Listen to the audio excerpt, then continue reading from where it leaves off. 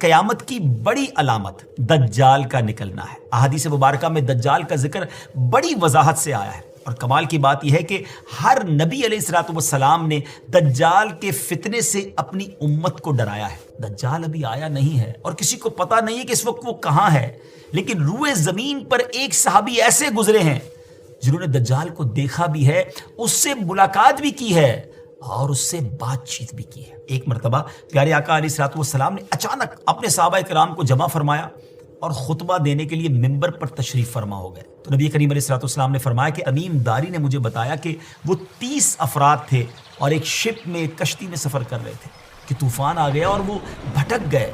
تقریباً مہینہ بھر وہ سمندر میں گھومتے رہے اور ایک دن سورج غروب ہونے کے وقت ایک نامعلوم آئلینڈ پر پہنچے۔ انہیں وہاں سیاہ رنگ کی مخلوق نظر آئی جس کے جسم پر بال بہت زیادہ تھے۔ انہوں نے اس سے پوچھا کہ تم کون ہو؟ اس نے کہا میں جاسوس ہوں۔ تو کہا کہ ہمیں اپنے بارے میں کچھ بتاؤ۔ اس نے کہا کہ نہ میں تمہیں کچھ بتاؤں گا نہ تم سے کچھ سنوں گا، تم اس بت خانے میں جاؤ، وہاں ایک شخص تمہارا بڑی بے چینی سے ویٹ کر رہا ہے، وہی تمہیں کچھ سنائے گا بھی بتائے گا بھی۔ پھر وہ سب اندر چلے گئے۔ وہاں ایک شخص سختی کے ساتھ زنجیروں میں جکڑا ہوا تھا۔ اس نے پوچھا کہ تم لوگ کون ہو اور کہاں سے آئے ہو؟ جواب دیا کہ شام سے آئے ہیں۔ اس نے پوچھا کہ عرب کا کیا حال ہے؟ اور ایک شخص وہاں پیدا ہونا تھا، اس کا کیا حال ہے؟ یعنی نبی پاک علیہ الصلوۃ والسلام کے بارے میں پوچھا۔ صحابہ کرام نے کہا کہ وہ اچھے حال میں ہیں اور ابتدا میں ان کی مخالفت ہوئی، مگر اب تو تمام عرب پر وہ غالب ہو گئے ہیں۔ اس نے کہا اچھا زغر کے چشمے کا کیا حال ہے؟ انہوں نے جواب دیا کہ وہ بھی اچھی حالت میں ہے، لوگ اس سے پانی پیتے ہیں، اس سے کھیتی باڑی بھی کرتے ہیں۔ پھر اس نے پوچھا کہ عمان اور بیسان کی کھجوروں کا کیا حال ہے؟ انہوں نے کہا کہ اس میں ہر سال پھل آتے ہیں۔ یہ سن کر اس شخص نے 3 چیخیں ماری اور بولا کہ میں دجال ہوں۔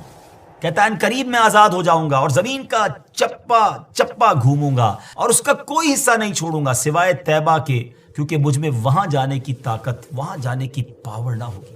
نبی پاک علیہ الصلوۃ والسلام نے فرمایا کہ مجھے بہت خوشی ہوئی کیونکہ طیبہ یہی شہر ہے۔ بعض روایت کی روشنی میں یہ بات بھی کہی جاتی ہے کہ دجال کو حضرت سلیمان علیہ الصلوۃ والسلام نے قید کیا تھا، اور حدیث پاک کے مطابق یہ مشرق یعنی ایسٹ کی سائیڈ موجود ہے۔ دجال کا فتنہ تاریخ انسانی کی ابتدا سے لے کر انتہا تک تمام فتنوں سے بڑا اور خطرناک فتنہ ہے۔ مختلف احادیث میں دجال کا جو حلیہ بتایا گیا ہے وہ یہ ہے کہ دجال ایک جوان مرد ہوگا، لمبا قد ہوگا، جسم بہت موٹا ہوگا، ایک آنکھ سے کانا ہوگا اور ایک کانی آنکھ ایسی ہوگی جیسے پھولا ہوا انگور، اور جبکہ اس کی ایک آنکھ خون آلود ہوگی۔ اس کا سینہ چوڑا ہوگا اور ذرا سا اندر کی طرف دھسا ہوا ہوگا۔ دجال کی پیشانی چوڑی ہوگی اور دونوں آنکھوں کے درمیان کاف فا را یعنی کافر لکھا ہوگا۔ دجال کے نکلنے سے پہلے دنیا بہت بری حالت میں ہوگی۔ اس کے نکلنے سے 3 سال پہلے سے اس دنیا میں خشک سالی پھیل جائے گی، خشک سالی کا گویا سال پھیل جائے گا۔ علمی اور روحانی قحط بھی برپا ہوگا۔ دین کے معاملے میں لوگوں میں کمزوری پیدا ہو چکی ہوگی، علماء اور دیندار لوگوں کی قلت ہوگی۔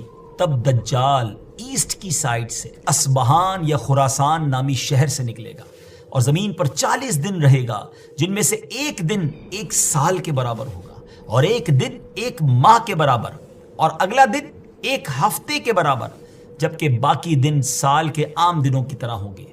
اس مدت میں دجال اپنے گدھے پر سوار ہو کر ساری دنیا کا چکر لگائے گا۔ دجال کے ان فتنوں کی وجہ سے اہل ایمان سخت پریشان اور تنگی کے عالم میں بھاگ کر دخان نامی ایک پہاڑ میں پناہ لیے ہوئے ہوں گے، لیکن دجال ان کا پیچھا کر کے پہاڑ کا گھیرا کرے گا۔